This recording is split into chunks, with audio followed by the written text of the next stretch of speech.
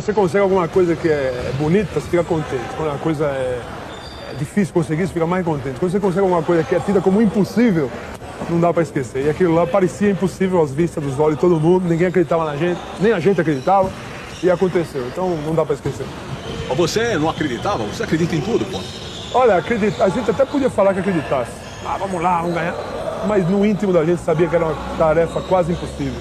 Você ganhar do time mais importante que os Estados Unidos podia colocar no campo na época, o time olímpico, na casa deles, nunca perderam um jogo em casa, nunca tomaram mais de 100 pontos.